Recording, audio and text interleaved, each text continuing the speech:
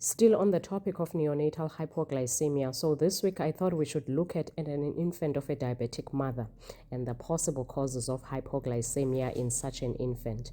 I know we tend to think it's only hyperinsulinemia that causes hypoglycemia in such infants, but you will be shocked to know that there is more to it than just hyperinsulinemia.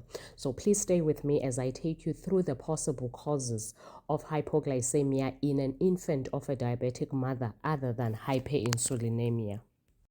Welcome to Pete's Crib, where we guide young minds to heal young lives through case-based discussions. I am Dr. Manyesane, a pediatrician based in East London. If you find value in our content, don't forget to subscribe, like, and share with peers. And make sure you hit the bell notification so you never miss an update. Let's dive in and grow together. Our case for this week is a day 1 neonate born NVD at 36 weeks with a birth weight of 4.2 kg, Abgus 6, 7, and 8. It was a bit of a difficult delivery because of the size of the baby. Upon examining the baby, you note that the baby is quite plethoric and is in moderate respiratory distress and is actually hypoxic on room air with CES of 82 that only improved to 90 upon putting on oxygen. You are also told that the HGT of this baby is 1.9 millimoles per liter. So that's the case we're going to be working on this week. Now, if you are asked to make a problem list for this patient, it will be something like this. If you're looking at these problems one by one, you will realize that most of these problems are actually complications of an infant of a diabetic mother. So we will look at each problem and trying to find its association to hypoglycemia. Let's start with an infant of a diabetic mother. So in utero, this is a fetus who is used to getting hyperglycemic blood from mom.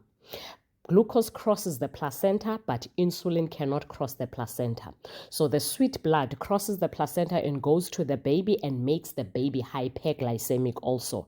Now the baby's pancreas will secrete insulin in response to this hyperglycemia, and the baby will have hyperinsulinemia.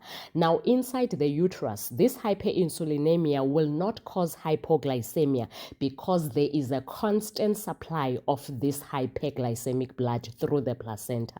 The problem will start after delivery, after the removal of the placenta and that constant hyperglycemic blood. So if you do not put this neonate in a glucose-containing solution after birth, then you are running a risk of having hypoglycemia now from the hyperinsulinemic state that this neonate is at. Okay, that is number one. Large for gestational age. So IDM babies, they tend to be big. This is because of insulin. Insulin is an anabolic hormone, so it tends to expand things. That doesn't really mean the organs are actually mature, because if you look at this baby, the gestational age is 36 weeks, even though the baby is 4.2 kgs. So that tells you that there's a problem. So this is a late prem baby who is actually large for gestational age. This is because of the anabolic effects of insulin.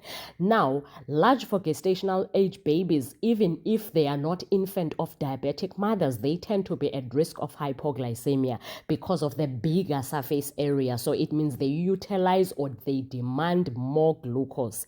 On top of that, this one is also relatively premature, as we have discussed from the previous video that premature babies may have decreased glycogen stores, which will then make this large for gestational age baby who is relatively premature at more risk of having hypoglycemias.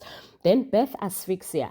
Any hypoxic state or hypoperfusion state can cause hypoglycemia. This is because in a state of hypoxia, blood gets shunted into the important organs, especially the brain, because the brain is trying to prevent itself from damage from neuroglycopenia, and it utilizes too much glucose during that state, and the patient can get hypoglycemic.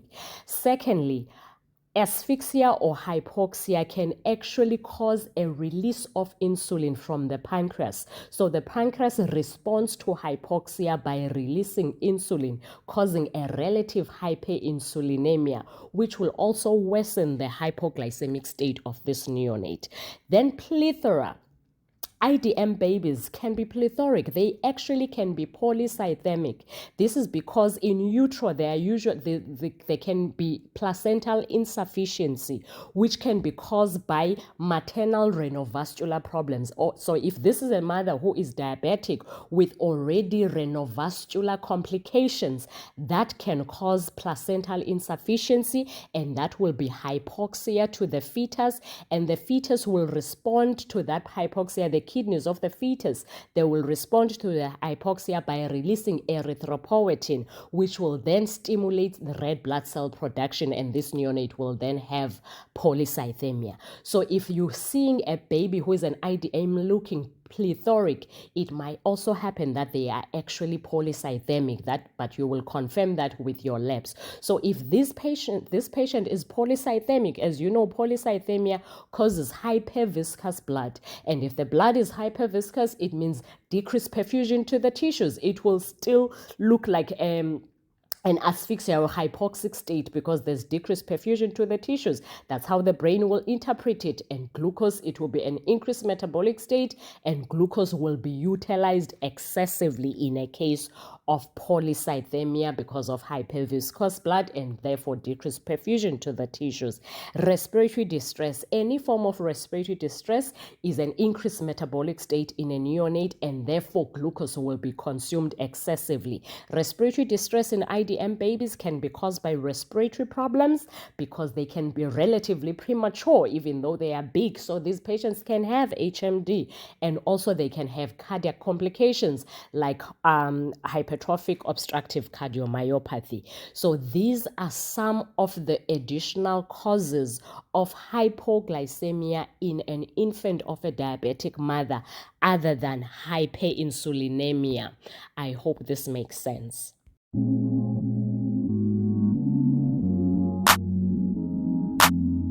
So in managing this patient, the first thing you would want to make sure that you do is that after birth, this neonate gets maintained on a glucose solution.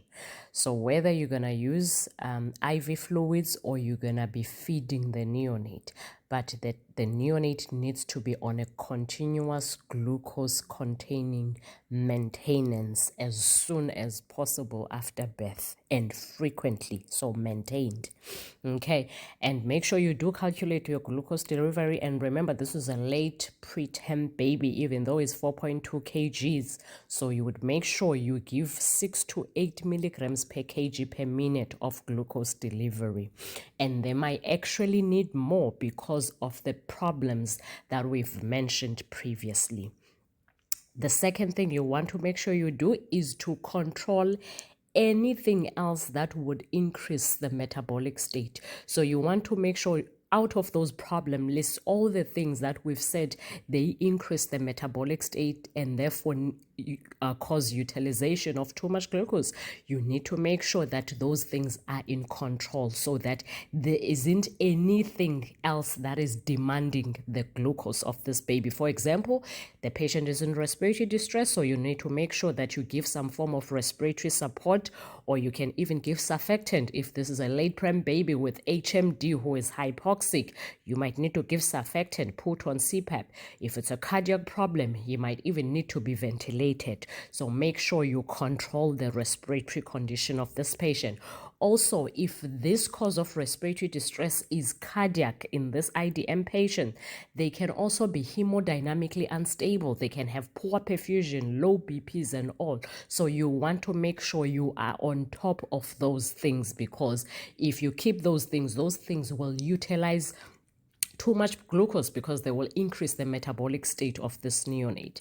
And lastly, if the hypoglycemia is persistent after you've made sure you've calculated your glucose delivery and you have maximized it to 10 milligrams per kg per minute, then you can think about giving the counter-regulatory hormones to insulin. As we know, this neonate is in a hyperinsulinemic state, so it's either you use glucagon or cortisol. So that is how you're going to go about managing this patient. So please do make sure you stay with me and watch the next video, as we'll be discussing the respiratory complications of an infant of a diabetic mother and how to manage them.